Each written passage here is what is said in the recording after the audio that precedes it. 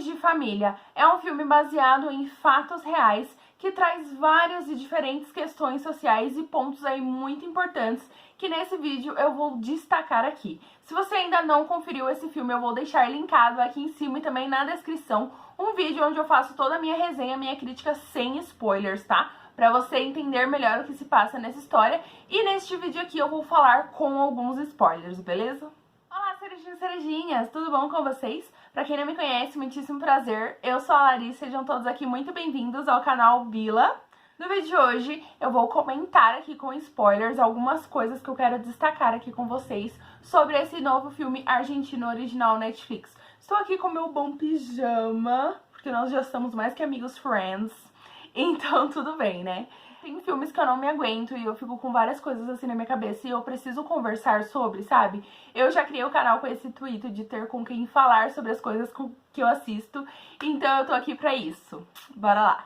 O primeiro ponto que eu quero destacar é a questão da empregada perfeita, né? Que é aquela empregada o quê? Submissa, que não tem pra onde ir, que ela mora na casa, ou seja, ela trabalha às vezes muito mais do que a própria carga horária, não é mesmo? Que não é alfabetizada, que não tem mais ninguém por ela, que ela simplesmente obedece, ela tem medo ali da própria família, porque ela acaba sendo o quê? Perfeita, só sim senhora, não indaga, não retruca, não questiona absolutamente nada. E aí aquela empregada calada, né, acaba tendo aquela ideia de que os patrões são sua família.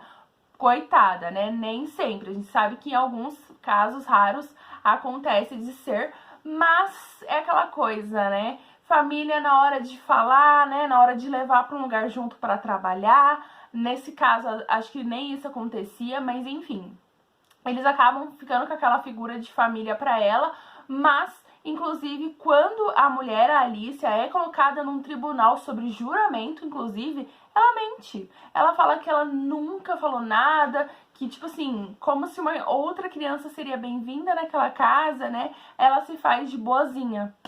É aquela coisa, né? Quando é posto à prova, né? Quando, se fosse pra escolher entre o certo e o errado, ela sempre seria errada. Assumiu o dinheiro da casa, foram duvidar de quem? Dela. Porque ela é estranha. Agora, do filhinho, que era família, de fato família, ninguém duvidou e no final das contas foi ele mesmo quem pegou a grana. Então, assim, né? Infelizmente, tem pessoas que passam por isso. Então, assim, patrão é patrão, família é família e são relações diferentes. Outra coisa também é a questão da mãe cega, né? Aquela mãe super protetora que, meu Deus, meu filhinho, não, jamais faria uma coisa dessa, como assim? E às vezes a pessoa fica cega de fato, porque pensa, ah não, fulano jamais faria isso. Inclusive, eu acho que a gente tem que ser sempre abertos a pensar a se abrir a possibilidade de que talvez sim aquela pessoa tenha errado, porque talvez o que a outra pessoa tá falando não é mentira, não é à toa. E ao invés de colocar aquele negócio de cavalo, sabe, que você não consegue olhar para os lados, você só vê o que você quer ver, a gente precisa abrir a nossa visão, abrir a nossa mente para entender e, de fato, absorver a verdade. Porque no filme, por exemplo, no final ela descobre que ela estava errada. E olha quanta coisa ela se meteu, olha o tanto que ela prejudicou, inclusive uma investigação. Ela atrasou a prisão do filho, estava ajudando um cara que, de fato, estava errado. Estava ajudando um criminoso, acobertando o próprio filho. Porque ela acreditava que não era ele, ok, mas, né, enfim, ela errou.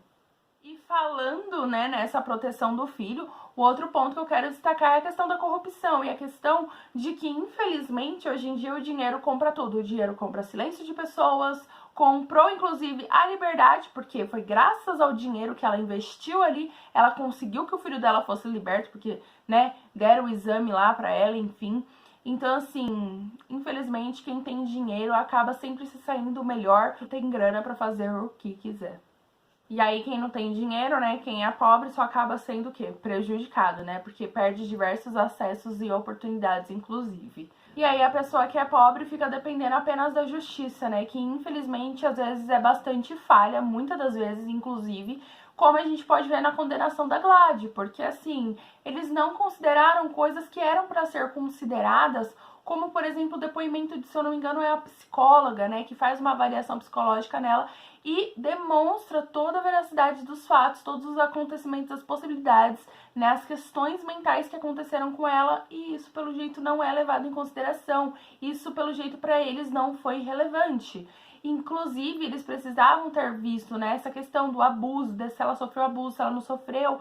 Ela ficava calada e eles aceitavam, né? Eles não tentavam ir além e investigar de fato. E foi aquela coisa superficial. Me tocou muito aquela parte onde ela fala que a vida dela não importa, mas a vida do filho dela importa, sabe? Como se ninguém realmente ligasse pra ela, porque ninguém tá ali pra defender ela. Parece que ninguém tá nem aí. O pessoal já condenou. Ela tá errado o que ela fez, ponto, e acabou. Prende ela e é isso, sabe? Então, assim, ai, infelizmente.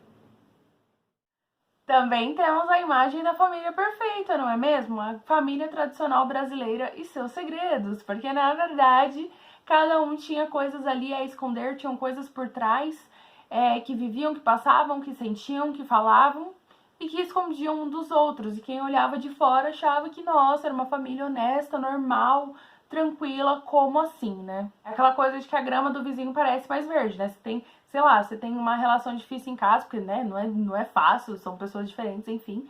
E aí parece que os outros vivem bem, quando na verdade não é bem por aí. Também temos a questão do relacionamento tóxico, né, do Daniel com a Marcela. E quando ela dá o depoimento dela, a gente vai vendo o como isso vai evoluindo. Porque é isso, gente, um relacionamento abusivo, por exemplo, ele não começa do nada. O cara não começa, tipo, oi, tudo bem, namora comigo e já te agredindo. Não, as coisas vão acontecendo aos poucos, vai priorando. É uma coisa aqui, depois outra ali, aí você releva, depois você releva, você releva. Quando você vai ver, você já tá no fundo do poço, as coisas foram além do limite, né? Então ela vai contando como isso aconteceu pra ela, como foi pra ela, tudo que, né, enfim, que ela não trabalhava, que ela teve que sair da licença maternidade, que ela trabalhava por ele e do uso dele de drogas, etc. Então, assim, as pessoas ainda duvidavam dela, né? Depois de todas as dificuldades que ela passou, em vez das pessoas, inclusive a família dele, em vez de apoiar ela, duvidavam do que ela estava falando, né? Culpabilizavam a própria mulher que trabalhava 14 horas por dia e ainda chegava em casa e tinha que cuidar da casa do filho. Porque o cara não fazia nada. É difícil ser mulher numa sociedade machista, né? A gente sabe que o tempo todo a gente é julgada e os dedos são apontados em nossa direção. Por último, mas não menos importante, muito pelo contrário, eu acho que mais importante é o fato da gente analisar a história da pessoa, né? De onde ela veio, como foi a criação dela, a vida que ela levou, porque isso é importante, isso influencia. É bastante relevante a gente saber, né, a historicidade de cada indivíduo, principalmente nesses casos, né? Quando você vai julgar de fato uma pessoa por algo, você tem que entender a história dela. Até porque, inclusive, quando a psicóloga entende a realidade que a Gladys viveu, ela começa a ver o que de fato aconteceu com a Gladys, né? Ela é a única pessoa que de fato mostra, olha, aconteceu isso, isso e isso, o cérebro dela não sei o quê, e ela dá toda uma resposta muito embasada e que, cara, foi realmente aquilo, sabe? Mas as pessoas julgam só pelo aquele fato, julgam só pelo aquele ato, pelo aquele momento, e não é uma situação que define a pessoa, não foi uma coisa daquele momento, é uma série de fatores que leva até aquilo.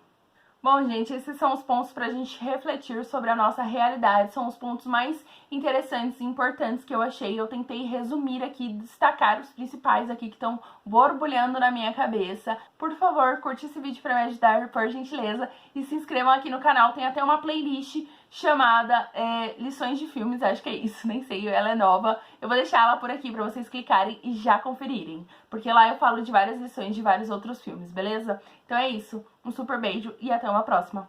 Tchau!